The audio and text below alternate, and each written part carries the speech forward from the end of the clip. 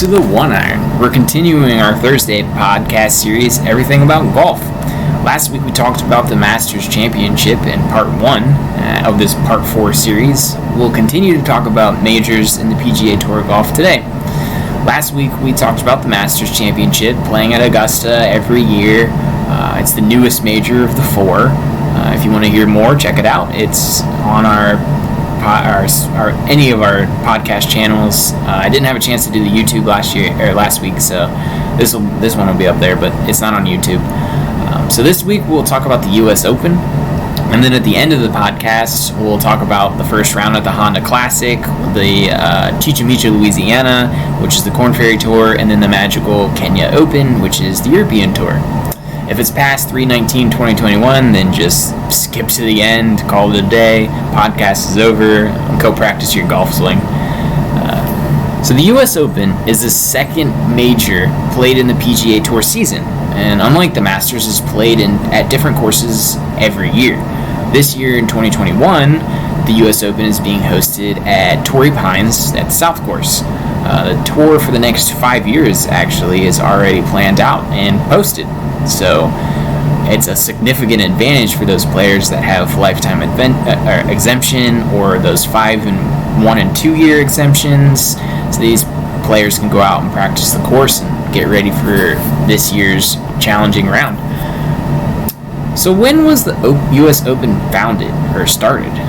So in 1895, the first U.S. Open was hosted, and it was hosted at actually a 9-hole course, a course called Newport Country Club. The tournament was played alongside the U.S. Amateur, which was the U.S. Amateur Championship, which was actually more popular at the time. So they hosted the event at the same time, at the same venue, and it didn't really get that big of a crowd.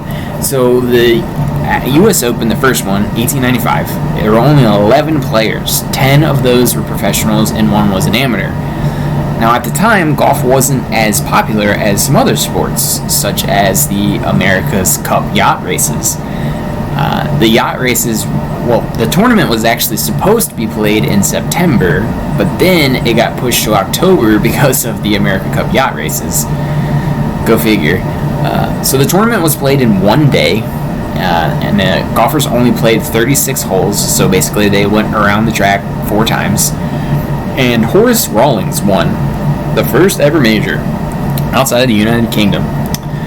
So the winner got $150, a gold medal, and then basically a cup similar to the claret jug, which, they're not the same, but it's a cup, and you get to take it back to your country club, and it's there for a year, and then you have to return it, and then they put in another etching on it, say who wins this year. This year is very similar to the claret jug, which is for the Open or the British Open.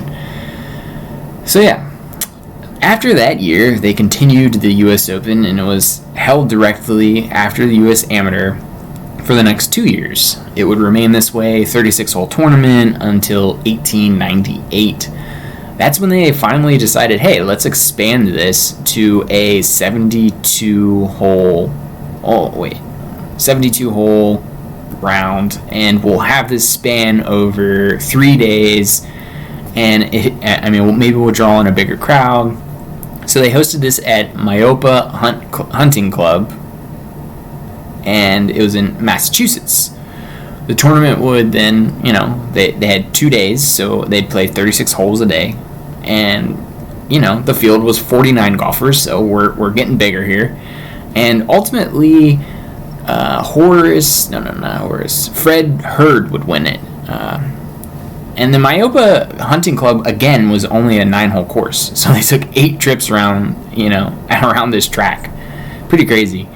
Then in 1899, the U.S. Open was hosted in Baltimore Country Club in Maryland, the East Course, which was absolutely not suitable for Willie Smith. Willie Smith just destroyed that field. He was victorious and holds the second largest score margin by 11 strokes, which is just insane to even think of. And then in 1911, the U.S. Open would be played at Chicago Golf Club, and the youngest winner ever of the major was crowned. That player was John McDermott, who at the time was only 19, and then would again win in 1912, so the year after. So back-to-back wins there. Shockingly, John McDermott was the first American also to win the U.S. Open and paved the way to a long stretch of American golfers winning here at the U.S. Open. In 1913, we would see Francis Ouimet, a 20-year-old amateur, shocks the golf world by beating Harold Varden and Ted Ray in a playoff. American golfers would end up winning the following 90 events except for 3. That's just insane. You might recognize that name, Francis Ouimet, because Shia LaBeouf would play him in a movie, The Greatest Game Ever Played. So the tournament was expanding in popularity, so they changed the style to a 3-day event in 1926. They played at Scioto, I think it is, Scioto Country Club in Ohio. The players would end up playing 9 holes on the first 2 days, and then, 9 holes one day, 9 holes the second day, then 18 holes on the third day to wrap up the tournament. That year, Bobby Jones would come out on top, which we all know who Bobby Jones is. We talked about him last week on our podcast. We should note that the U.S. Open has been hosted every year except for in 1917 and 1918 and also 1942 to 1945, and that's basically due to World War I and World War II. So in 1960, we would end up seeing Jack Nicklaus come to Cherry Hills Country Club as an amateur, and he ended up carding one of the lowest scores, total round scores of all time. 282 was his score. This record actually would last until 2019 when we see Victor Hovland carded a 280 at Pebble Beach. Even though Jack ended up carding that 282, he actually did not win that year. Arnold Palmer would end up beating him. And obviously they become pretty good friends. So two years later, though, in 1962, Jack and Arnold would face off again, tied after 72 holes.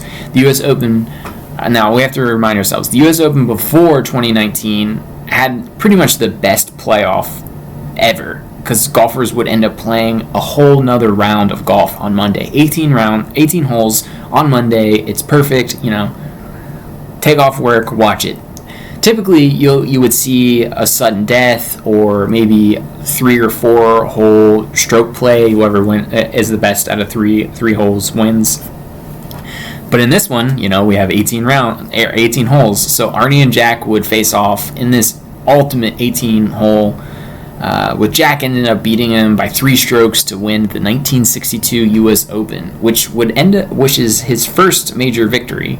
It was not until 1965 that we would see the typical, tournament that we see nowadays, which is a 4-day tournament cut after Friday, and so that wouldn't take place until 1965. So before we skip ahead to the 2000s, I forgot to mention about Ben Hogan and his infamous win in 1950 when he won at Marion Golf Club. It was just crazy. It came down to the 18th hole in the last round, and he hit a tee shot, and he had too much going into the green, so he had to hit a 1-iron. So it's his infamous 1-iron shot. You can go to Marion Golf Club and you can see the plaque where he hit his 1-iron shot to the green. Yeah, it was a nice approach shot. He held the green, which is kind of crazy to think, and it's also kind of crazy to think that he could even hit a 1-iron. Many people will not carry a 1-iron in their bag because it's just difficult to hit. But anyway, Hogan ended up parring that hole, and he forced a playoff. And guess what? Again, we get 18 holes. And he ended up playing against George Fazio and Lloyd Mangrum, but ultimately he would end up winning it. Now, the big thing that we need to think about here is 16 months prior to that, he was almost in a fatal car crash. Many people didn't think that he would even be able to walk again. It just shows you the strength, the mental strength for him to battle back and to actually just be able to walk was crazy enough. But he came back to the tour and played, and 16 months later, he's a U.S. Open champion. So the tournament would end up being known as the Miracle at Merion.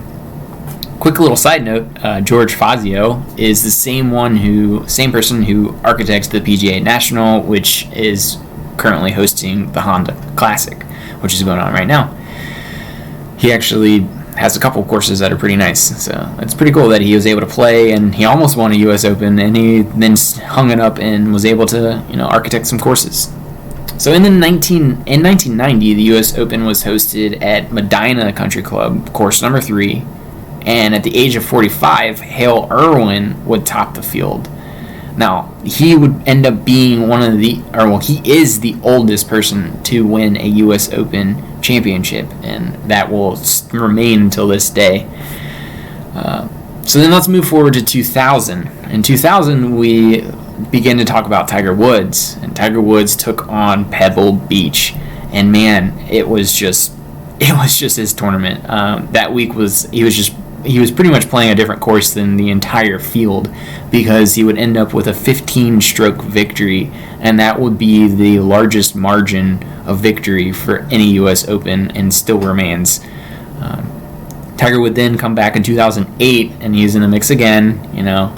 We had another awesome playoff, and this would actually be the final playoff 2008, where we would have the 18-hole playoff on Monday. They switched it in 2019. So this was the last 18-hole playoff. And it would end up being, it's between Tiger and Rocco Mediate, a name that, should come up more in golf, but I know he doesn't. But anyway, Tiger was trailing by one shot, making his way down the 18th, and needed an 18-footer to tie and push this tournament into a playoff. So leading up to that final hole, though, on Saturday, actually, Tiger was pretty much, it seemed like he was out of it. He ended up carding eagle, birdie, eagle on 16 through 18 to put him in the lead going into Sunday. So outside of Tiger winning another major in 2008, this marks the last time that we have the playoff, and on Monday, 18 holes. But, I just can't believe that they took that away, because who doesn't want to watch another full round where two guys are going at it? I would love to see that. I always love to see that. So there have been actually 33 U.S. Open playoffs in the history of the tournament, and it tops all the other majors. The Masters has 17, the Open or the British Open has 21, and the PGA Championship has 18. So, you go play at these crazy courses that the PGA selected, or the USGA selects, and they put on a show, basically. I think I read somewhere that the USGA does not want there to be low rounds. They want par to be normal, which is nuts. I can't even imagine playing on a course setup like that. So there's no doubting the draw of this major. It's now played in June and typically falls on Father's Day weekend. The last round ends on Father's Day, so that's a bonus. It's not in October anymore where it's freezing cold, which is very nice. So we can play anywhere in the United States. It's also, the really cool part about the U.S. Open is it's an open. So anybody who has a handicap, USGA handicap, that is 1.4 or lower or better, you can sign up to qualify for the tournament. And that doesn't guarantee you your right to be in it, but you get a chance to at least qualify and play, which, why not? Why not go out there and try? Who knows what could happen? So there are local and sectional qualifiers. Local qualifiers are 18-hole battle, similar to your Monday qualifiers. Obviously, Monday qualifiers on the PGA Tour are nuts because you have ex-professionals and champions playing against you. But anyway, it's an 18-hole battle. You have to go low. If you don't go low, you're not going anywhere. And then if you make it past the local qualifier, then you have to move on to the sectionals. And sectionals is a grueling 36 holes in a day. and qualifying takes place all over the United States and also internationally. So the last person to make it through local and sectional qualifiers and then win was Orville Moody, and that was in 1969 at Cypress Creek course at Champions Golf Club. The most recent that we have seen was in 2009, I think it is. Yeah, 2009, that was the most recent. That was Lucas Glover ended up making it through sectionals, and he won the U.S. Open at Bethpage Black. But last but not least, we have not had an amateur. Like I mean, there are different distinctions. So like you can go into this tournament as an amateur, but you can end up accepting the prize purse, ultimately getting rid of your amateur status, or you can go in and you can play, say, I'm an amateur, I'm not collecting any money for this, any purse. And so that status, that amateur status, somebody has not won this tournament since 1933, and that was Johnny Goodman at North Shore Country Club. So if you had a handicap of 1.4 or better, I mean, make sure you're looking out for the qualifiers. Take a crack at winning the U.S. Open, or even just try to get on to play. I mean, just playing out there with these professionals would be nuts. I couldn't even imagine the pressure. I mean, I choke when I'm sitting there and there's somebody behind me waiting to tee off, so I couldn't even imagine. So outside of trying to qualify through local and sectional tournaments, there are players exempt already in the field. Obviously, like your PGA Tour professionals, most of them are already exempt. Some of them are not, but some of them have been exempt for a while. So those players are going to consist of winners of the U.S. Open previously in the past 10 years. So if you've won within the past 10 years, you're playing.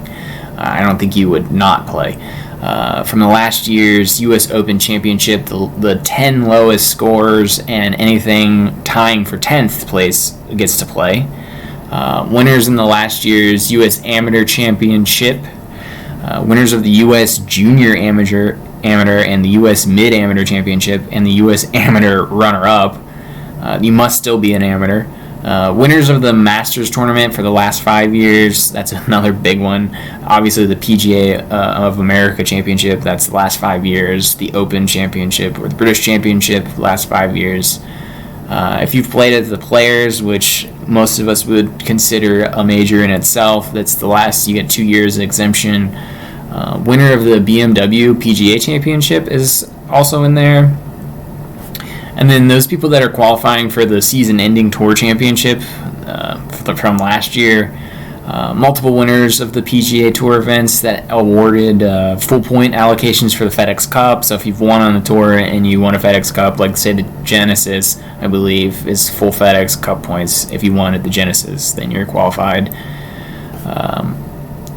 From a 3-year event, the U.S. Open European Qualifying Series. I think that's like the Bedford British Masters, the Himmerland Championship, and the Porsche European Open, I believe they are. And then there's also the 10 aggregate earners on the European Qualifying Series also get to play. Then if you're a winner of the Amateur Championship, that's staged by the RNA, you still must be an amateur. Winner of the Mark H. McCormick Medal. So these are all like year exemptions, so like it has to be that year. And then also you have the current official Golf World Rankings. So if you have to be in the top 60, that's by May 24th. There's a cutoff, and then I believe there's also a cutoff right before, like the week before the U.S. Open. They do another top 60 get invited. Then there are the special exemptions, which that they're selected by the USGA. Their players are selected. They have to actually, some of them have to qualify. And then the newest one is the Olympic gold medal winner of that year is exempt for a year. So that's pretty cool. I mean, that's the newest one. A lot of players are. I mean, we already see that DJ isn't going to be playing this year, which is kind of unfortunate because, I mean, who wouldn't want to see DJ win a gold medal? I mean, I would love it. So that wraps up our week for the U.S. Open. Next Thursday, we are going to do the Open, or the British Open. Talk about the Claret Jug, as I talked about today, and just the links course. And it's also another championship where they play on different courses every year, and those are also predetermined. So now we're going to jump into the first round of the Honda Classic, the Chichen Itza Louisiana Open, and then also the magical Kenya Open, which is being played in Kenya. So thanks for listening. If you don't want to listen to the rest, that's cool. Turn it off. Go practice your swing. Follow us on 1iron8 on Twitter, and then we also have our website, oneironpodcast.com. And then continue to listen to us on YouTube, and we also have our station. We're out on all the podcast stations, so follow, subscribe, review, send us questions, whatever you want. So let's talk about the magical Kenya Open first, because they're actually done for the day. Since we're in the United States, they played already. They're actually getting ready to play again soon. So we have Benjamin Herbert, who is in the lead, -7. Man, he had a ridiculous day. We were talking on Tuesday about how this course is not necessarily a long suited. Well, not suited, but it's not. You don't necessarily need to hit the ball far. It's also going to be a course where you would want to put it in the fairway. Your iron shots are going to be the pinnacle to winning here. And putting, of course. But so Benjamin pretty much did that today. I think his driving accuracy was around 58%, something like that. But he hit 77% greens and regulations, which is absurd. It's insane that he's able to do that. His stats were just off the chart, and then he scored on the scoring holes. He had an eagle on 12. He had a birdie on 11, which is interesting because it's back-to-back par 5s. He also had on the front 9. He had on 6, which is the par 5. He birdied on that one, and but yeah, he just lit up the scoreboard today. Some of our guys didn't do too hot. We were looking at, let me see who we had. Gangajet, he's up there pretty high. He's currently sitting at -5. Now I expect him to make a run tomorrow. I mean, he's sitting pretty nice right now in contention. He also was able to get an eagle out of one of those par 5s. I think he's just missed a couple putts today. We'll definitely, he's going to be around for the weekend, obviously, and he's hitting greens. He's got a little bit of issues off the tee, but I think he'll turn around tomorrow. I'd suspect he's either leading or one off the lead tomorrow, and he'll be ready to go for the weekend. Benjamin Herbert, I don't know. I don't know if he's able to do a wire-to-wire. It's going to be a tough one. Yeah, look at Gangajet. I think he's going to win this one. I think we got a good pick there this week. So let's roll over to the Korn Ferry Tour. They're actually not done yet. I don't know how that's possible. They have to be done. Maybe the scorecard's just not updated properly. Let me see if I can get this refreshed. Yeah, so they finished up. Alright, so right now we have Max Grazerman and Harrison Endicott, pretty much the leaderboard that was earlier. Peter Yulin he's a really good pick for this week. I don't know why I didn't look at him. He had a great round except for those 2 bogeys on the back 9. I think with him, it's more going to be about making sure that he hits the fairways. They're playing at a course where you shouldn't have any problems hitting the fairways because it's pretty wide. There isn't many penalties here. But I don't know. Driving accuracy today was pretty low, but he's ended up hitting greens and regs. I mean, he's at like 77% for greens and reg, but he's missing it off the tee, which is unfortunate. Also, don't forget that, who is it? Trey Mueller. I remember I was looking at him, and he had, his putter was on point, or it has been, and today he seemed like he was looking great. So on the front nine, he had a good run of 4 birdies for the first 6 holes, and then he ended up ending the front nine with 2 bogeys. It was just unfortunate. And then he ended up carding a double bogey on 14, which pretty much put him out of it. Otherwise, without that, he'd be sitting at the top of the leaderboard right now. I'm hoping that tomorrow is different and he can avoid those bogeys and keep that off the scorecard, because the guy is hitting pretty much majority of the fairways, and he's hitting almost 80% greens and regs, so like he's got it going. So watch out for Trey tomorrow. But yeah, so the top of the leaderboard is Max Grazerman, Harrison Endicott, Peter Yulin, David Skins, Taylor Montgomery, and then Andrew Novak. It's a pretty tight board right now, so I definitely would keep an eye on the cut line and see what happens over the weekend. It's probably going to be maybe around +2 for the cut. We'll see. We'll see how they go tomorrow. I mean, I feel like this course could bring some really low rounds, but today was just not the day. -4 was your lowest round of the day. So then we'll switch over to the Honda Classic, which was crazy. I mean, I'm sitting here watching the Honda Classic, and there's just low numbers on these scorecards, and I'm like looking around like, what is going on? Typically at the Honda Classic, we barely see people touching, I don't know, maybe -4 on the first day out, because typically we have winds that are blowing like crazy, and this course is filled with water, filled with bunkers everywhere. The greens are very difficult. They're fast. I mean, it's just crazy to think that Matt Jones is sitting at the top of the leaderboard at -9.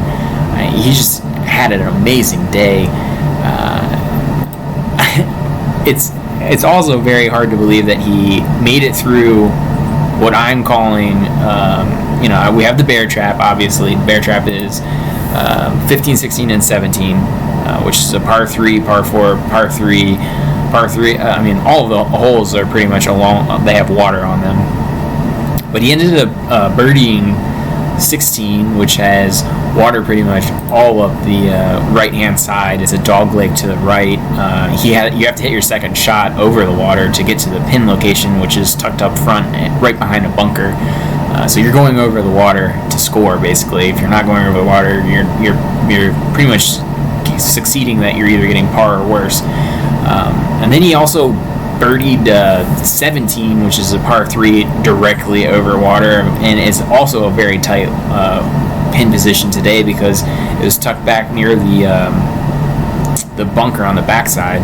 Now, if you put it in the bunker on the backside, then you have to make sure that you're not hitting it back into the water. So he made it out of there, though, 2 under par out of the bear trap, which is just insane.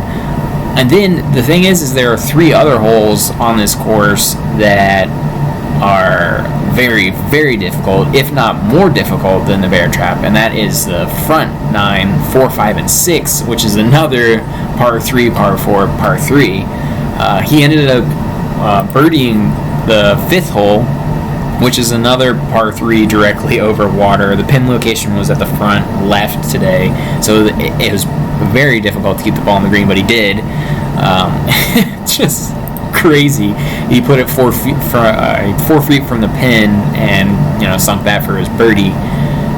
The 6th, which I think is probably maybe one of the toughest holes on the course, he ended up hitting it off to the right into the rough, somehow made a crazy good shot, put it on the green, and was able to 2-putt for par. So, I mean, great day for Matt Jones. Hitting 78% greens and reg, hitting a 71% accuracy off the tee. We know at this course that on the weekends you need to be very accurate off of the tee in order to win it. So, and he's also got the distance here, so that's kind of crazy to see. We'll see how tomorrow goes. I did not take a look at the weather. I know the wind picked up a little bit in the afternoon group, but it doesn't seem like it affected them too much. So if the wind stays the way it is, then we might have some very low scores here. I think in the past 10 years, we've only had 2 of the years where it's been under -10, and we're sitting with Matt Jones at -9 right now after round 1. Some of our picks, they did not do well. Obviously, Daniel Berger's out. We also had somebody else withdraw today because of rib, and James Hahn withdrew today because of rib injuries. So apparently rib injuries is the excuse to get out of this tournament right now. After Matt Jones, we have Aaron Wise at -6. We have Russell Henley at -6, Scott Harrington at -4, and Kevin Chappell at -4 to take out the top of that leaderboard. So our picks for the week did not look the best. Let me pull that up real quick if I can. Yeah. So we had Mackenzie Hughes, which I watched him today, and I thought his round today at -2 earlier on in the day was going to be perfect to set him up for the weekend, but Matt Jones came out. So Daniel Berger was obviously one of our picks, and he withdrew. Then we had Shane Lowry, which is another great contender. He did really well last week at the Players, and I think he's doing great this week. He's at -3. Adam Scott, another great iron player. As long as he's putting okay, I think he's got a great chance at winning this one. That depends on what Matt Jones does, because right now Matt Jones is sitting pretty. If he can keep it up, this might be a runaway.